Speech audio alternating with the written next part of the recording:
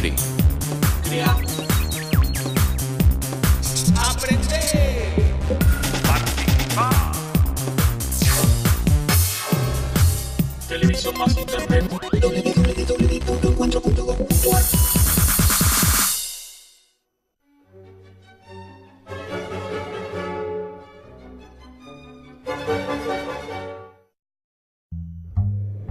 Este es un programa de filosofía por televisión. Ustedes se preguntaron por qué estamos aquí. Yo existo porque pienso.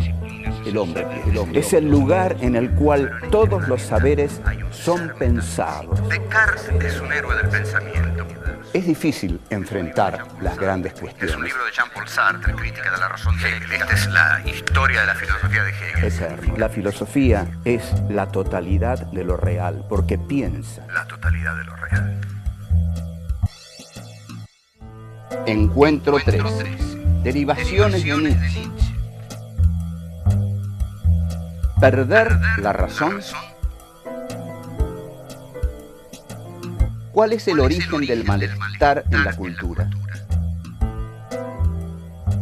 ¿La historia es racional? ¿Existió Auschwitz? ¿Existe Dios?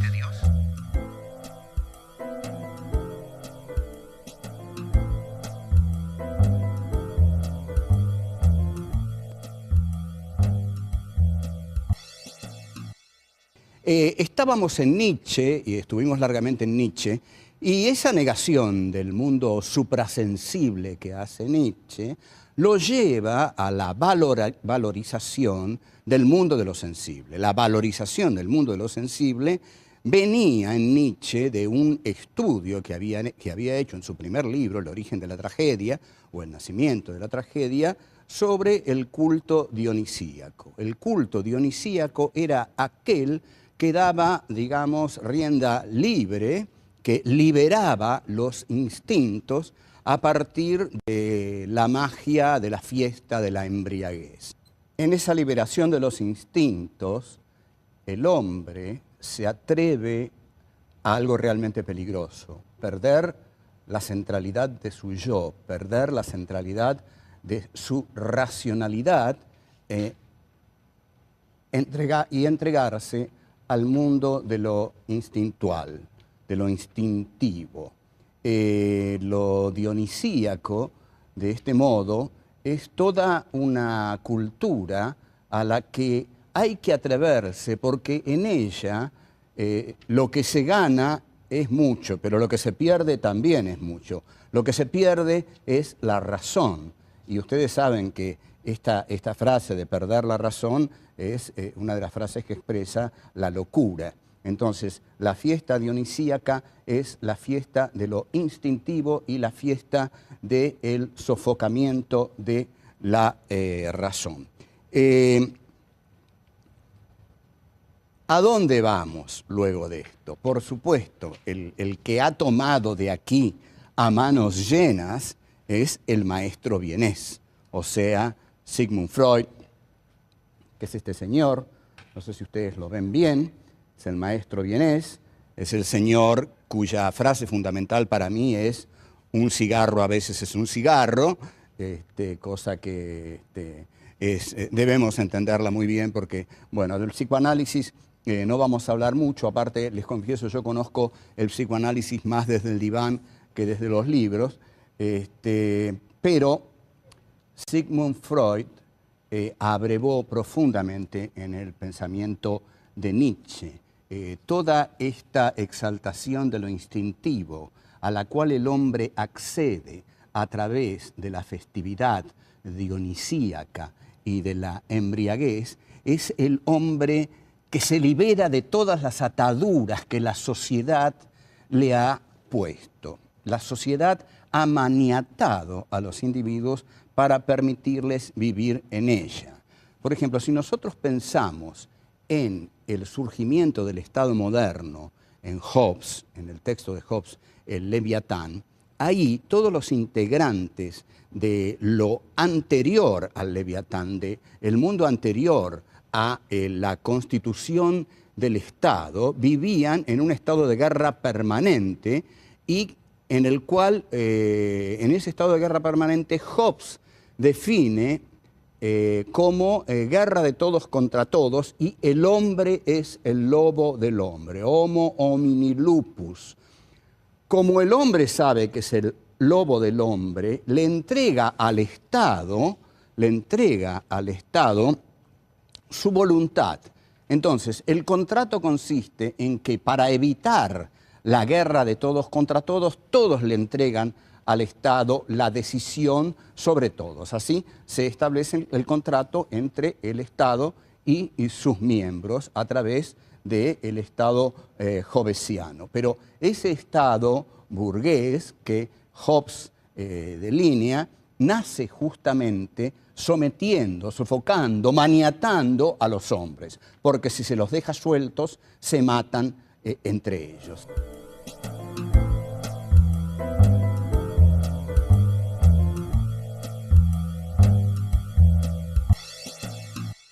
Lo que dijo Nietzsche es lo que va a retomar Freud. Freud escribe muchos textos, pero el texto más filosófico de Freud es de 1930 y se llama El malestar en la cultura. ¿Qué es esto de la palabra malestar? Pero antes, otra cosa. 1930, faltan 3 años para que Hitler sea canciller del Reich. O sea, son tiempos oscuros, tiempos, digamos, interesantes, según la maldición china. No sé si ustedes saben que hay una maldición china y que es la peor de las maldiciones chinas y que consiste en decirle a uno, ojalá vivas tiempos interesantes. En la Argentina hemos vivido demasiados tiempos interesantes, es hora de que vivamos tiempos un poco aburridos, pero los tiempos interesantes son los tiempos más terribles, más agitados, más macabros de la historia. Esa era una historicidad muy interesante la que estaba viviendo Freud, era el fin de la República de Weimar, era el fin de Hindenburg, era el ascenso de Hitler al poder en 1933, y ahí, en medio de ese marco indudablemente pesimista, es que Freud escribe El malestar en la cultura. Y este malestar es el siguiente: la cultura, para poder realizarse, tiene que sofocar los instintos primarios, primitivos, esenciales del hombre. Los instintos que naturalmente surgen del hombre, la sociedad los tiene que sofocar, los tiene que maniatar para poder construir la cultura. Entonces, la cultura vive en perpetuo malestar, va a decir Freud, porque la condición de posibilidad de que exista una cultura es que los hombres sofoquen, aten, sujeten sus instintos más primarios, aquellos que harían de ellos precisamente las bestias feroces, las aves de rapiña que Nietzsche tanto admiraba. Para el hombre de la cultura que describe Freud, el dionisismo nietzscheano está sujetado, atado, sofocado. Usted no va a ir a ningún festín dionisíaco.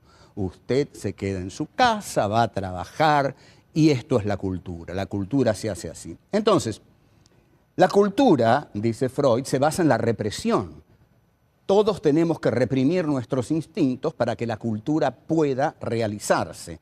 Se basa en el sofocamiento, y hay un instinto que sobre todo es el que va a decir Freud, es el que hay que reprimir, y es el instinto sexual.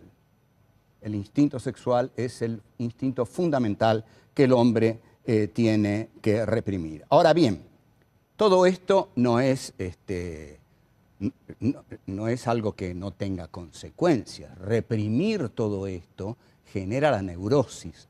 O sea, el hombre de la cultura es un neurótico, porque ha reprimido en él sus instintos fundamentales y sobre todo el principal de ellos, el instinto sexual. Marx y Freud y Nietzsche van a ser los que más van a cuestionar ese cogito cartesiano que vimos al comienzo de nuestros encuentros. Porque ustedes observen que Freud aquí va a decir qué cogito cartesiano? ¿De qué pensamiento me está hablando Descartes? Si lo que yo veo es que ese pensamiento hecho razón y hecho sociedad burguesa, lo que hace es maniatar a los hombres hasta sofocar y eliminar en ellos sus instintos primarios, los más ricos, los que harían de ellos seres plenos, vitales, saludables, entregados a la gloria de la vida. Por el contrario, están sometidos al malestar de la cultura, a la vida gris de la cultura. Es decir, matan en ellos lo más exaltado, primario y valioso que podrían tener.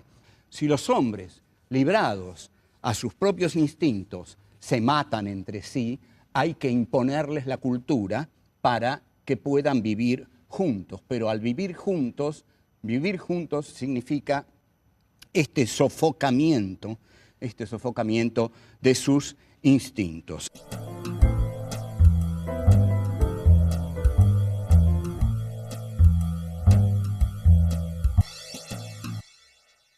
El hombre es un ser patético al que Freud va a definir como un Dios con prótesis en este libro hermoso de Freud, que es El malestar en la cultura. Esta idea de un Dios con prótesis es muy interesante para pensarla actualmente, porque un Dios con prótesis lo que hace referencia aquí Freud es a la técnica. La técnica es la prótesis del hombre. Las prótesis del hombre son justamente los poderosos instrumentos técnicos de los que se vale para devastar la naturaleza, para hacer las guerras, para incluso instaurar los campos de exterminio. El hombre no es una criatura tierna, ama a tu prójimo como a ti mismo. Al contrario, el hombre es una criatura belicosa, con instintos de agresividad muy poderosos, y efectivamente el hombre es el lobo para el hombre. Entonces Freud encuentra dos elementos fundamentales en el hombre, que son el eros y la pulsión de muerte. Freud no usa tánatos, porque frecuentemente se dice eros y tánatos, pero es un error. Freud habla de la pulsión de muerte. El eros es la fuerza del amor y la pulsión de muerte es la fuerza de la destrucción. Lo que va a decir Freud es que estas dos potencias que están en la interioridad del hombre se enfrentan constantemente. Y lo que va a decir es que las pulsiones instintivas son más poderosas que las racionales, y que él ve que este mundo está cada vez más dominado por la pulsión de muerte. Desea que el eros pueda imponerse, porque el eros es la fuerza del amor, pero que ve con enorme desazón que la pulsión de muerte triunfa una y otra vez sobre el eros. Enorme influencia en Freud y en Nietzsche tuvo Fyodor Dostoyevsky, que escribió un libro, Memorias del subsuelo, que es realmente una de las cumbres del pensamiento. Recomiendo su lectura fervorosamente. Es un libro pequeño, en el cual Dostoyevsky dice que el hombre propende a la destrucción y al caos, que si 2 más 2 son 4, 2 más 2 son 5, y eso le place más, le gusta más. Ustedes observen que 2 más 2 son 4 es lo apolíneo, 2 más 2 son 5, es ya la irracionalidad dionisíaca.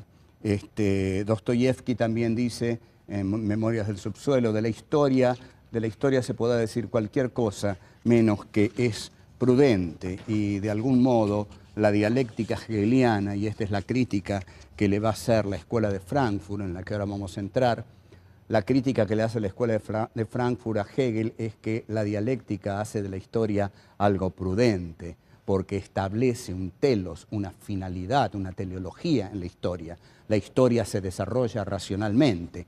Como vemos, a este desarrollo racional de la historia, Marx, Nietzsche, Freud y Dostoyevsky la han castigado muy, muy severamente. Pero yo diría todavía que con más fuerza Nietzsche y Freud han castigado la racionalidad en la historia, porque Marx incorpora mucho hegelianismo en su concepción de la historia. Ahora,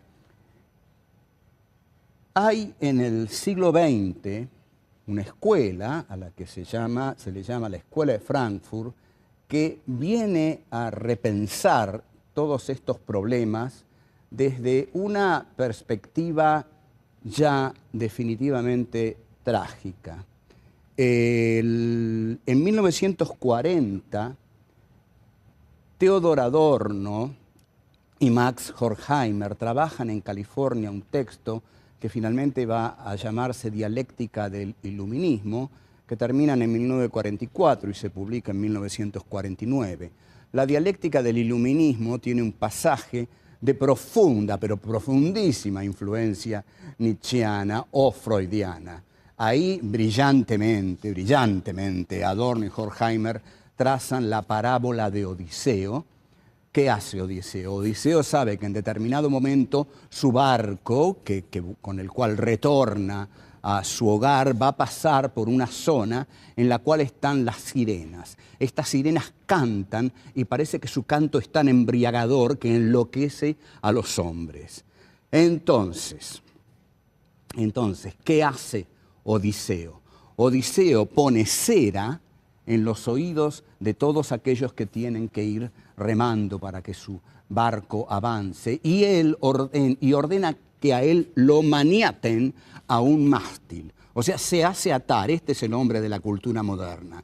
El hombre que se hace atar para no permitirse enloquecer entregándose a sus instintos. Ustedes observen la riqueza del pensamiento de Nietzsche, la riqueza del pensamiento de Freud, que aquí surge en uno de los pasajes más brillantes de Dialéctica del Iluminismo y que reinterpreta la Odisea de Homero. O sea, entonces, Odiseo se hace atar al mástil, tal como el hombre moderno se hace atar, sujetar a tantas cosas para que la cultura sea posible. Entonces, se hace atar al mástil y escucha el canto de las sirenas.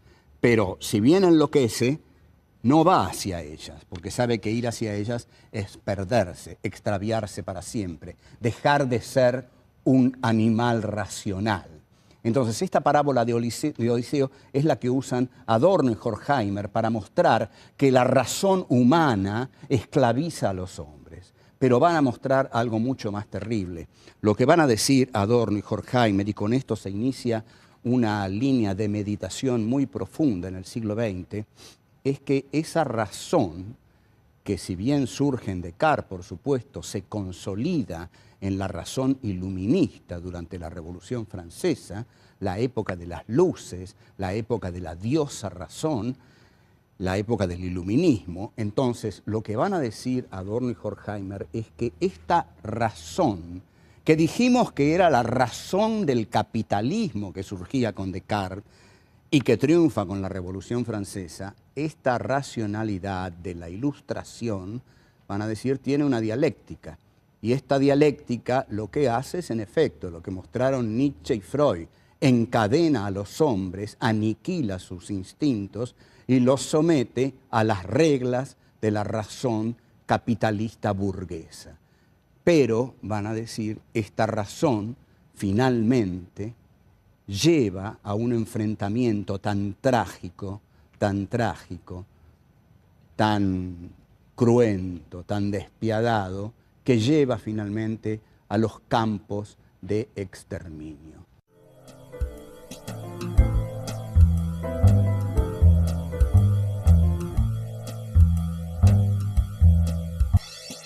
Adorno y Horkheimer van a decir que esta razón iluminista a donde finalmente conduce es a la utilización de la razón para la masacre masiva. La masacre masiva generalmente se cree que se hace en medio de la pasión, de la pasionalidad, del odio, pero no es así.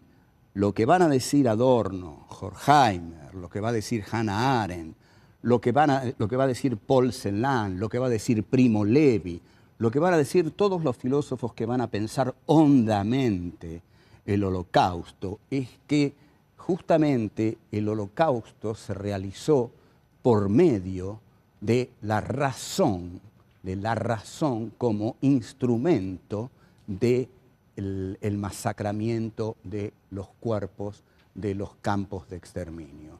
O sea que en los campos de exterminio lo que se explicita ahí es la racionalidad de la muerte, Y Primo Levi, que es un sobreviviente de Auschwitz, que es un extraordinario escritor, que escribió 2 libros maravillosos, Los hundidos y los salvados, y Si esto es un hombre, tiene una frase muy importante que dice: existe Auschwitz, no existe Dios. Es una versión diferenciada, mucho más dolorosa del Dios ha muerto de Nietzsche, pero lo que está diciendo Primo Levi es justamente eso: ¿cómo pudo existir Auschwitz si hubiera existido Dios? Entonces dice: existe Auschwitz, no existió Dios. Y cuando Hannah Arendt habla de la banalidad del mal, lo que está diciendo es que justamente la razón del capitalismo burgués se pone fríamente al servicio del exterminio y que el burócrata del crimen, el burócrata de la masacre, que es Adolf Eichmann, hace el mal sin pasión. Esta frase extraordinaria, el mal sin pasión, es de Sarmiento en El Facundo. Sarmiento decía que Rosas hacía el mal sin pasión. Sarmiento era tan genial que fue capaz de anticiparse a este concepto de Hannah Arendt. Entonces, lo que va a decir Hannah Arendt en Eichmann en Jerusalén, un ensayo sobre la banalidad del mal, es que el mal se hace burocráticamente, que se puede hacer el mal burocráticamente. En la película excepcional de Stanley Kramer, Juicio en Nuremberg, un juez nazi le pregunta a uno de los ejecutores de los campos: ¿cómo fue posible hacer eso? ¿Cómo fue posible que ustedes mataran a millones de personas?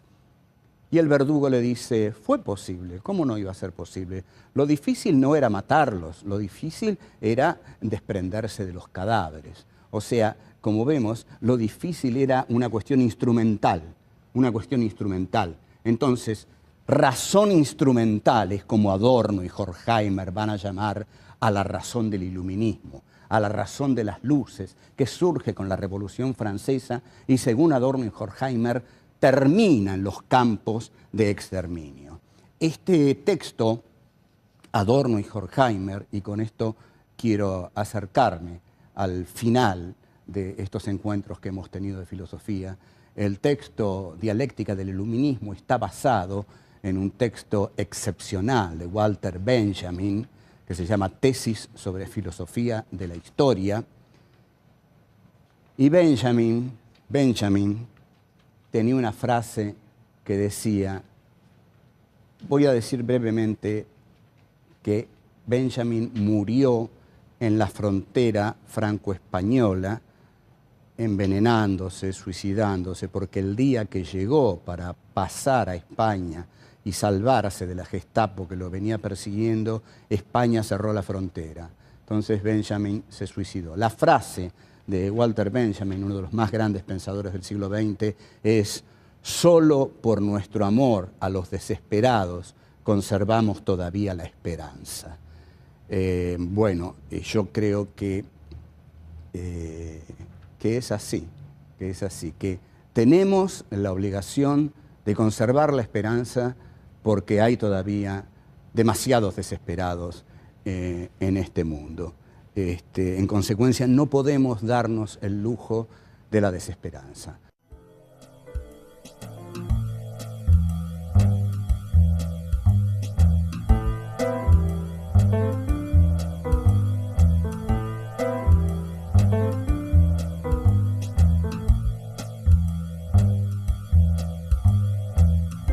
Si los hombres, librados a sus propios instintos, se matan entre sí, hay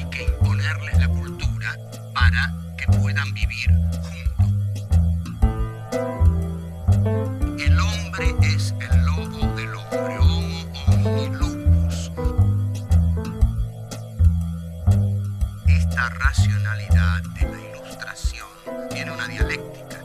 Y esta dialéctica encadena a los hombres, aniquila sus instintos y los somete a las reglas de la razón capitalista burguesa.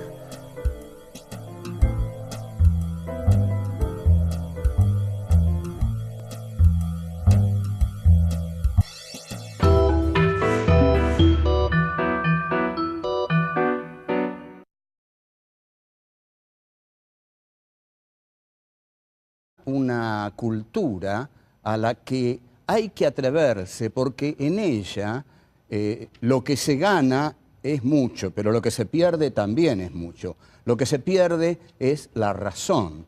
Y ustedes saben que esta frase de perder la razón es una de las frases que expresa la locura. Entonces, la fiesta dionisíaca es la fiesta de lo instintivo y la fiesta del sofocamiento de la razón.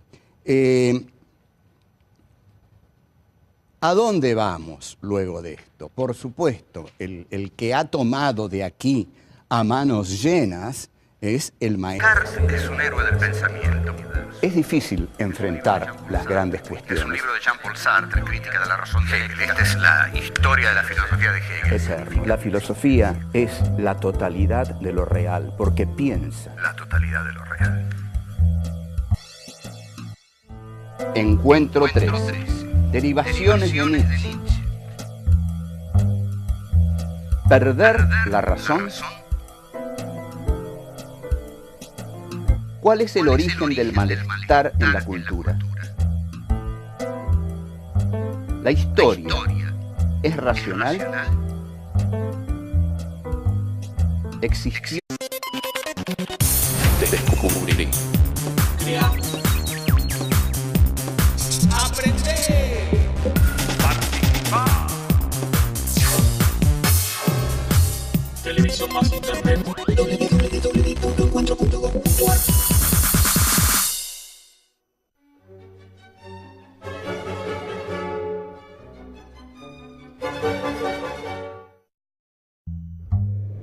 Este es un programa de filosofía por televisión. Ustedes se preguntaron por qué estamos aquí. Yo existo porque pienso. El hombre piensa. Es el lugar en el cual todos los saberes son pensados. El culto dionisíaco era aquel que daba, digamos, rienda libre, que liberaba los instintos a partir de la magia de la fiesta de la embriaguez. En esa liberación de los instintos, el hombre se atreve a algo realmente peligroso, perder la centralidad de su yo, perder la centralidad de su racionalidad y entregarse al mundo de lo instintual, de lo instintivo. Lo dionisíaco, de este modo, es toda Auschwitz. ¿Existe Dios?